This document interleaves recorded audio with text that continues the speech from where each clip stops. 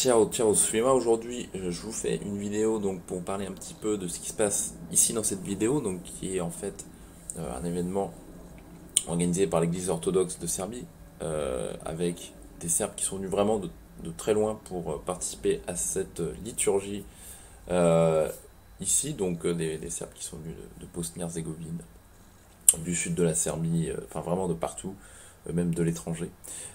Et donc ici, cette manifestation que vous voyez, en fait, est une manifestation qui s'oppose au déroulement de la Gay Pride. Alors, en effet, en Serbie, il y a une Gay Pride qui se passe de façon assez, on va dire, perturbée chaque année.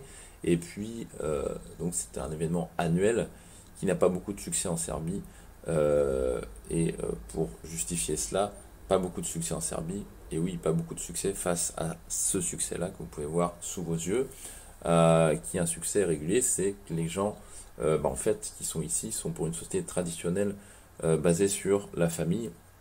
Et donc c'est principalement ce qui anime le cortège ici.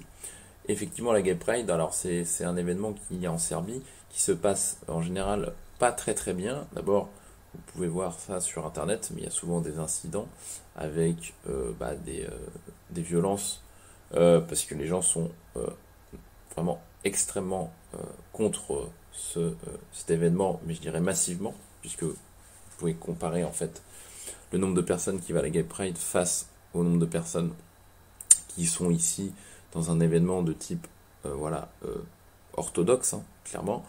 Je crois qu'il n'y a pas besoin de vous faire un dessin en voyant les gens qui passent. Vous pouvez voir aussi que les gens, eh bien, ils ont tous les âges ici. Donc c'est le type de marche qui ressemble à ce qu'il y a eu en France, la marche contre le mariage pour tous, donc c'était la marche pour la famille. Donc ici, c'est exactement le même type d'événement que vous avez en Serbie. Alors, quelle est la différence avec la France? Alors, la différence majeure avec la France, d'abord, c'est que ici, c'est l'Église orthodoxe qui organise ce type d'événement, et que l'Église orthodoxe a une puissance en termes de communication et d'autorité dans le pays, en Serbie, qui est largement supérieure à l'Église française, l'Église catholique par exemple, qui n'a aucun impact quasiment sur la société aujourd'hui et ce qui se déroule. Elle n'a aucun impact pour se mettre en opposition par exemple à la politique ou à des partis politiques pour des décisions quelles qu'elles soient. Et en l'occurrence, ce n'est pas du tout le cas en Serbie. Donc il faut quand même comprendre ça. Donc moi, ce que je vous transmets ici dans cette vidéo, c'est essayer de comprendre un petit peu quels sont les fondamentaux de la société en Serbie, du peuple. Et donc, si vraiment tout ça vous dégoûte, ce genre d'événement et ce combat pour la conservation d'une société traditionnelle basée sur la famille, mais il faut absolument que vous mettiez une croix sur la Serbie comme pays d'expatriation. Il ne faut pas que vous veniez.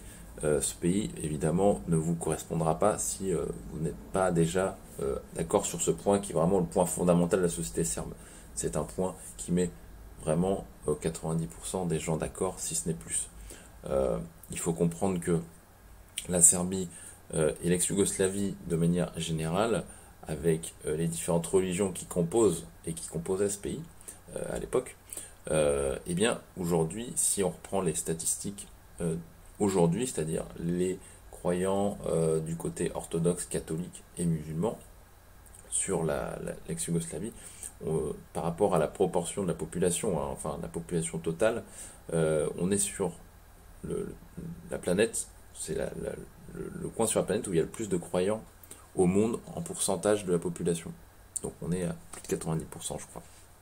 Donc c'est quand même quelque chose que je devais vous transmettre aussi dans cette vidéo pour que vous puissiez comprendre où vous mettez les pieds quand vous venez dans cette zone de l'Europe. Et si vous n'êtes vraiment pas animé là-dessus, sur ces critères-là, il faudrait vraiment choisir d'autres destinations. Donc la famille, c'est quelque chose d'extrêmement important en Serbie.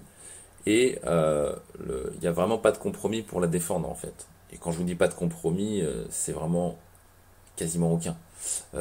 Et c'est quelque chose évidemment qu'on a perdu en France et qu'on perd chaque jour un peu plus avec parent 1, parent 2, avant, puisque tout ça ce sont des transitions, avant le projet final, transhumanisme, et le deuxième, parce que ça c'est le projet je dirais semi-final, le projet final c'est quand même de dégager les personnes qui vont pas rentrer dans la nouvelle économie, qui sera une économie basée en fait sur l'intelligence artificielle, et donc les gens qui ne suivront pas dedans seront supprimés d'une manière ou d'une autre.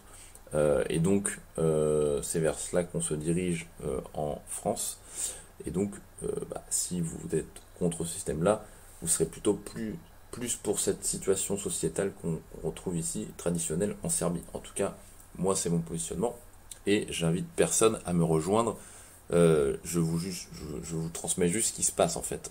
Moi, j'ai en fait pas de problème avec les gens qui pensent différemment, et je ne demande pas à vivre avec eux non plus. Donc ça me pose pas de problème. Mais voilà, moi je préfère vivre avec ces gens-là qui ont un instinct, voilà, on va dire un instinct primaire de vie, qui me semble tout à fait développer la vie, qui me semble tout à fait honorable. Et c'est là-dessus que moi je trace mon futur, et j'ai pas en fait besoin voilà de la décadence occidentale pour me sentir voilà vivre en fait. Je me sens plutôt mourir en fait, donc c'est plutôt l'inverse. Donc voilà, événement qui a un grand succès. C'est une vidéo qui dure 2h30, et ça ne finit jamais en fait, tellement il y a de monde. Donc c'est des milliers de personnes, des milliers, des milliers. Vous pouvez voir que, voilà, je le répète, mais ça concerne toutes les générations, on le voit ici. Et donc, le président serbe, qui a dit que bon, lui, il n'était pas contre nécessairement qu'il y a des gens qui marchent pour la Gay Pride. Alors lui, il est contre la Gay Pride, c'est ce qu'il a annoncé, il est contre la Gay Pride. C'est déjà un mot fort par rapport à, même si c'est de la communication évidemment, mais il a dit qu'il était contre la Gay Pride. Et bon, lui, ça ne le dérange pas que des gens marchent pour cette Gay Pride, voilà. Il a juste dit que bon, pour garantir la sécurité de tous les gens, c'est toujours problématique. Bon. Donc, bon, le message est passé, on va dire. Mais voilà, c'est pour vous donner un petit peu les fondamentaux de la société serbe, qui, si vraiment ça ne vous convient pas sur les fondamentaux, voilà, c'est vraiment pas ici qu'il faut venir s'installer. En sachant que moi, pour être serbe, je peux vous dire un petit peu quelle est un peu la relation avec la religion orthodoxe en Serbie. C'est-à-dire qu'il n'y a pas vraiment de pression. C'est-à-dire qu'en fait, moi par exemple, je ne vais pas souvent à l'église, je ne vais pas tous les dimanches ou je ne sais pas quoi. Je rentre assez peu dans les églises en fin de compte. Je trouve que c'est des beaux monuments, etc. Mais je ne suis pas pratiquant en fait. Bien que croyant, mais je ne suis pas pratiquant. Et il n'y a pas de pression particulièrement de la famille pour que vous soyez pratiquant, etc. En fait, on est assez libre par rapport à cette relation, en fait.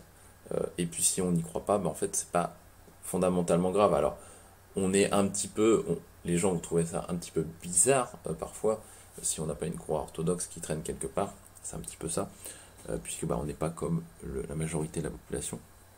Mais en fait, on n'en tire pas de conclusion, et en fait, ça ne fait pas de vous quelqu'un qui est rejeté. Ce que je veux dire, c'est que, par exemple, vous pouvez être laïque, en tout cas être non-croyant, n'avoir aucune religion, et vous sentir bien en Serbie, puisqu'en fait, on n'a pas une capacité de jugement par rapport à ça sur votre personne. Donc, c'est quand même important de comprendre, puisque en fait, c'est vrai qu'en tant que Français, maintenant, il y a beaucoup de gens qui sont non-croyants, et en fait, on pourrait croire qu'il y a un fossé.